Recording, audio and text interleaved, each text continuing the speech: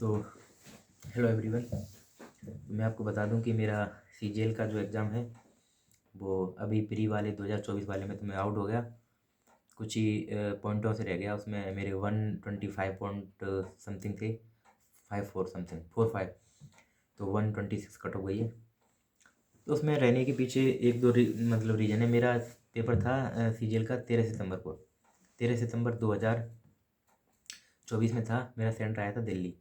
तो उस टाइम पे मेरे फिजिकल चल रहे थे सीपीयू के। तो सीपीयू के फिजिकल के टाइम पे मैं क्या करता, मैं रनिंग करने जाता था। सिटी पार्क में मैंने जयपुर में लगा रखी थी रनिंग के लिए।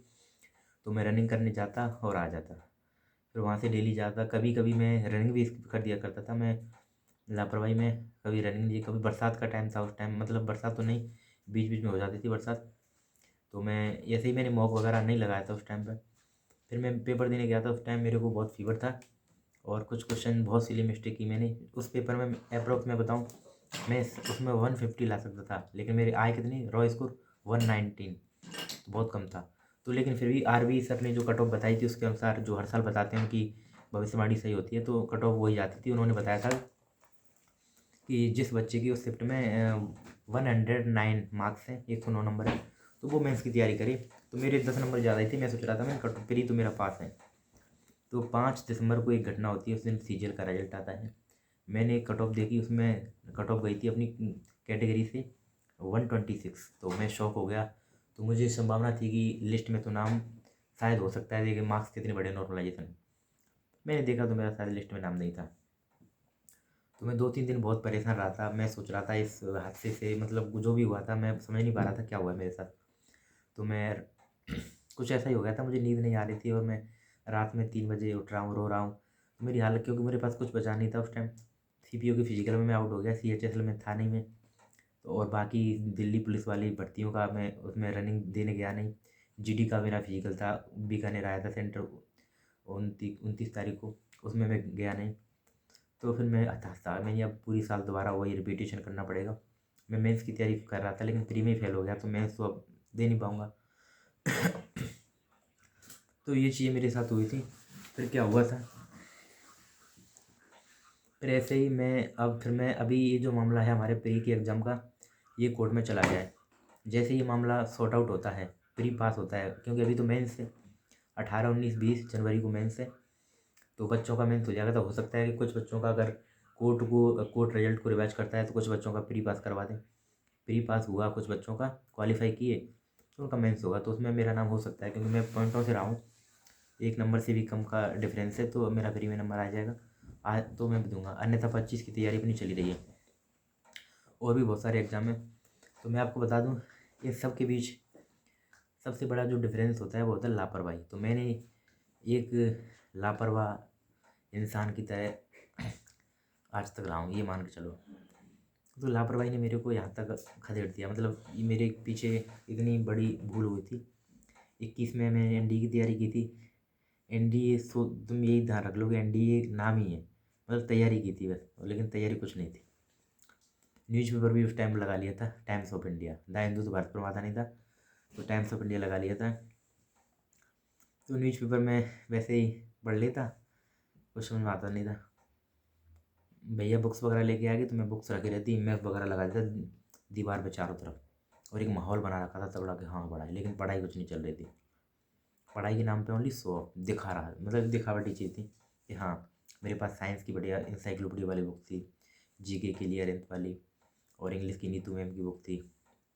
मैथ के लिए वो लेके आ गए थे। तो मैंने सारी बुक्स तो रखी, लेकिन कोई पढ़ाई नहीं। फिर उसके बाद क्या हुआ, मैंने चलो एनडी में रह गया। फिर उसके बाद मैंने दिया था 2022 में लैब असिस्टेंट का पेपर। एलए के पेपर में मैं सेक्शनल कट ऑफ में बाहर हो गया था। उसमें जीके वाले पेपर में मेरे 69.45 मार्क्स थे, उसमें 72 चाहिए थे, जबकि ओवरऑल मेरे फाइनल कट ऑफ से 7 मार्क्स ज़्यादा थे। साइंस वाले पेपर में अच्छे मार्क्स आए थे मेरे। फिर मैंने सेंटर की ओर रुख किया, तो सेंटर में पेपर दिया मैंने। उस टाइम अक्टूबर में पेपर हुआ था मेरा, सितंबर अक्टूबर के approx. HCM Delhi, HCM Delhi police HCM, उसमें मेरा पास नहीं हुआ था। फिर वायरलेस ऑपरेटर एडब्ल्यूटीपी, उसमें पास हो गया था मैं। तो उसमें मेरे कट ऑफ से 1 नंबर ही ज़्यादा था, मैंने आगे प्रोसेस नहीं किया। फिर उसके बाद स्टेनोग्राफर का हुआ था, फिर स्टेनोग्राफर में पास हो गया। तो स्टेनोग्राफर की वजह से मैं, स्टेनो सीखने की वजह से मैं जयपुर आ गया था नवंबर 2022 में। तो 22 में जैसे ही मैं जयपुर आया था तो मैंने सोचा स्टेनो सीखूँगा, लेकिन जब वहाँ देखा तो बोल रहे थे 6 महीने का टाइम लगेगा, तो मेरा स्टेनो आने वाला था 1-2 महीने बाद ही। मैंने सोचा कि आ जाएगा, तो 2 महीने में तो नहीं हो पाएगा। फिर मैंने सोचा मैंने स्टेनो क्या करेंगे, मैंने कुछ और तैयारी कर लेते हैं। तो मैं सोच रहा मैं ये छोटी मोटी एक जॉब ले लूँ, तो मैंने ऐसे ही फॉर्म भरना स्टार्ट किए। ये KVPY GS वाले दिए थे, और इसमें पता नहीं उसमें क्या हुआ था, लेकिन मैं रह गया था, कुछ नंबर से ही रह गया था। बहुत मतलब 120 का पेपर हुआ था, उसमें से मेरे 89 मार्क्स से, तो कट ऑफ 89 पॉइंट समथिंग इतनी गई थी, इतना मुझे पता है। मैंने और भी एग्जाम दिए थे, CRPF HCM वाले की टाइपिंग में रह गया था, मैं अजमेर गया था टाइपिंग देने। फिर 2023 में ऐसे ही चलता रहा सिलसिला, तैयारी करते रहे। CPU का पेपर नहीं हुआ पास, CGL के में रह गया, CHSL के में रह गया 2 मार्क्स से, 133 से 135 नंबर गई थी कट ऑफ। फिर और भी एग्जाम दी थी, ऐसी गाड़ी चलती रही, और वही सेम लापरवाही दोहराता गया। आगे 2024 में अपने आप ने ठाना कि एक अच्छा रिजल्ट देंगे, 24 के अंदर इसको व्यतीत नहीं होने देंगे, इसको सही तरीके से निकालेंगे। लेकिन लापरवाहियों का सिलसिला तो कुछ ऐसा ही था, वो पीछे ही पड़ गया था मेरे। तो 2024 में मैंने ठान लिया था कुछ करूँगा, तो 2024 में मेरा पेपर पास हुआ था, वो 23 के में हो गया दिसंबर में। तो जनवरी में मेरा फिजिकल था दिल्ली पुलिस का, 13 जनवरी को। मैं फिजिकल देने नहीं गया, तो मुझे पता था, क्योंकि मैं 900 मीटर का चक्कर नहीं लगा पा रहा था ढंग से एक, तो मैं फिजिकल 6 मिनट में 1600 मीटर कहाँ से कर जाऊँ। मैंने प्रयास किया 9 तक, लेकिन मेरा नहीं हुआ। मैं मतलब हुआ क्या, मैं देने नहीं गया था, वजीराबाद आया था। फिर उसके बाद मैंने CPO वगैरह की तैयारी की, GD का पेपर दिया था फरवरी मार्च के अप्रोक्स हुआ था। तो GD में पास हो गया मैं, GD में मार्क्स थे मेरे 145 के समथिंग। तो उसका फिजिकल देने गया, बीकानेर आया था। CPO का फिजिकल देने गया था, नोएडा आया था 26 को। मैं रनिंग में रह गया लास्ट राउंड में, तो वहाँ निकाल दिया गया रनिंग में, तो बहुत दुखी हुआ। तो मैंने सोचा कब फोड़ेंगे ढंग से। CPO के फिजिकल के बाद 26 नंबर का था, तो फिर मैं CGL की मेंस की तैयारी में लग गया था। तो CGL की मेंस की तैयारी करते करते 5 तारीख को एक वक्त वो रिजल्ट आया था, तो रिजल्ट में मैं फ़ेल हो गया था उससे। तो मैंने मतलब सोचा नहीं था ऐसा होगा, लेकिन फेल हो गया। तो आपको पहले बता दिया था कि रिजल्ट अगर अब ये रिवाइज हुआ तो मैं मेंस दूंगा। लेकिन एक चीज़ और, ज़िंदगी में कभी भी कुछ भी करो, अपने साथ लापरवाही नहीं करनी है। पढ़ाई ईमानदारी से करनी है। घर से बाहर रह रहे हो तो ओनली पढ़ाई पढ़ाई। अपना एक शेड्यूल सेट होना चाहिए, सोने से पहले टाइमिंग सेट होनी चाहिए, कितने बजे कब क्या करना है। एक चीज़ मेंशन करनी है, कौन कौन सी चीज़ें आपको नहीं करनी है, तो किन चीज़ों पे ध्यान रखना है। अगर घर से बाहर आए गए हैं तो अपने आप को क्यों ना एक सही टाइमिंग के साथ डाला जाए और सही स्ट्रेटजी अपनाई जाए। और ख़ासकर SSC में बता दूँ, SSC में चलता है रेपिटेशन। डेली मॉक लगाओ। अगर आपका सिलेबस 70 से 80% हो गया तो डेली एक मॉक लगाओ। डेली नहीं लगा सकते तो एक दिन छोड़ के लगाओ, अगर आपके पास 2-3 महीने का टाइम है। मॉक डेली लगाओ, मैथ के क्वेश्चंस लगाओ डेली, 50-100 क्वेश्चन जितने लगा सकें। वोकैब पढ़ो डेली, और GK को जो पढ़ते चलो बेसिक से पूरा ढंग से। उसके अलावा इंग्लिश का ग्रामर का चैप्टर और रीडिंग करो, ये चीज़ करते रहो जैसे मैं कर रहा हूँ। मेरा 25 का है, तो मैंने द हिंदू अखबार आता है लाइब्रेरी में, उसका एडिटोरियल वाला पार्ट पढ़ लेता हूँ। ब्लैक बुक में से वोकैब क्लियर कर रहा हूँ। ब्लैक बुक इससे पहले मैंने पढ़ी नहीं, पहले संजीवनी वगैरह को पढ़ा। तो सिलेबस तो मेरा भी कवर हो गया था, लेकिन मैंने प्रैक्टिस नहीं की कभी ज़्यादा चीज़ों की। तो ना ही मैंने मॉक इतनी, मैंने टेक्स्ट बुक का पास खरीद लिया था 2023 में जनवरी के महीने में। तो मेरे तो सारे टेस्ट पड़े हुए हैं, बहुत कम लगाए हुए हैं। सेक्शनल कुछ फुल मॉक लगाए हैं, Tier 1 वाले, Tier 2 के भी कुछ लगा लिए। तो अब Tier 2 के लिए कोई फ़ायदा नहीं, मैं होता हूँ तो लगाऊंगा उसके बाद।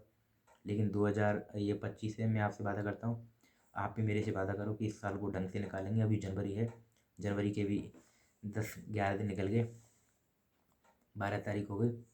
तो क्यों ना इस साल को एक बेस्ट परफॉर्मेंस के साथ, और दिसंबर में आते ही हमारे पास एक अच्छा रिजल्ट होना चाहिए।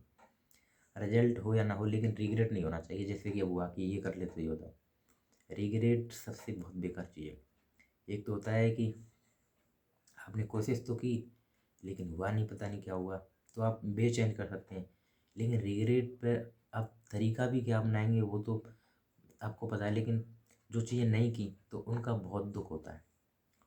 तो यही चीज़ मैं आपसे बताऊंगा, हमेशा पढ़िए और लापरवाही मत कीजिए, टाइम का भी ध्यान रखिए। ये रील्स के चक्कर में, इंस्टाग्राम चलाने में, फेसबुक चलाने में ज़्यादा टाइम वेस्ट मत कीजिए। मैं बिल्कुल नहीं चलाता हूँ। इंस्टा फेसबुक बिल्कुल यूज नहीं करता हूँ। यूट्यूब है मेरे पास ओनली, यूट्यूब से कुछ वीडियो देख लेता हूँ। शॉर्ट वीडियो बिल्कुल देखना बंद करिए, लॉन्ग वीडियो देखिए अगर आपको रुचि है। शॉर्ट वीडियो से आपके ये क्या बोलते हैं, एक तरह का फोकस होता है ना, फोकस वो डिस्ट्रैक्ट हो जाता है, आप चीज़ों पर सही तरीके से ध्यान लगा नहीं पाते हो।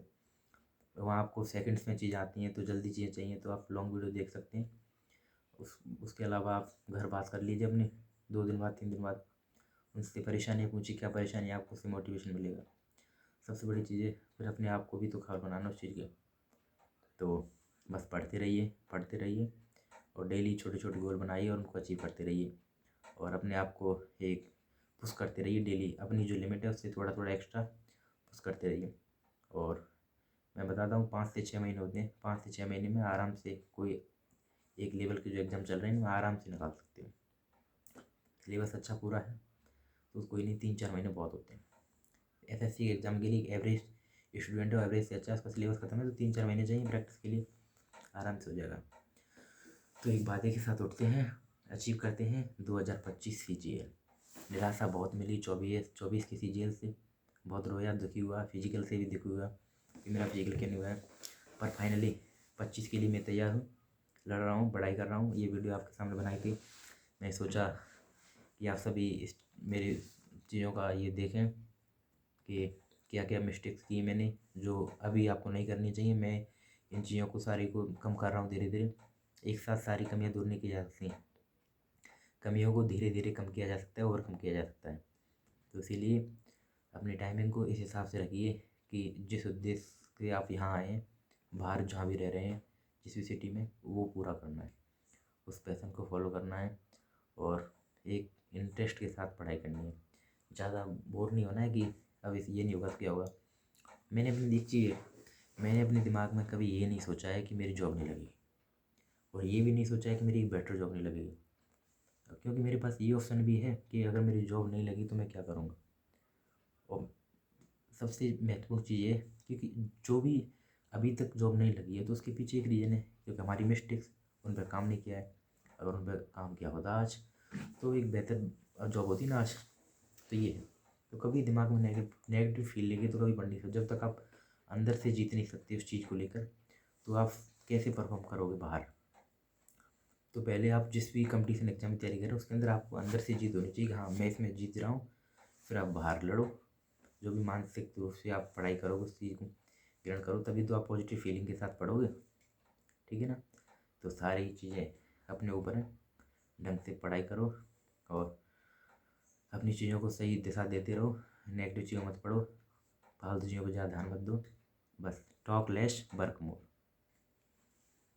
तो एक चीज़ है जो आपको बदल सकती है, एक इंसान है जो आपको बदल सकता है, जो आपको एक अच्छी दिशा दे सकता है, जो आपको एक अच्छे पद पर खड़ा कर सकता है, आपको एक बहुत इज्जत दे सकता है, वो है आप खुद। आप खुद का इंटेंशन, आपके खुद के हौसले और जज्बात, तो उनको हिम्मत रख के आगे बढ़ाना है, ठीक है। अपने पेरेंट्स को प्राउड फील मतलब करवाना है। तो पढ़ते रहिए, आगे बढ़ते रहिए। Thank you, all the best.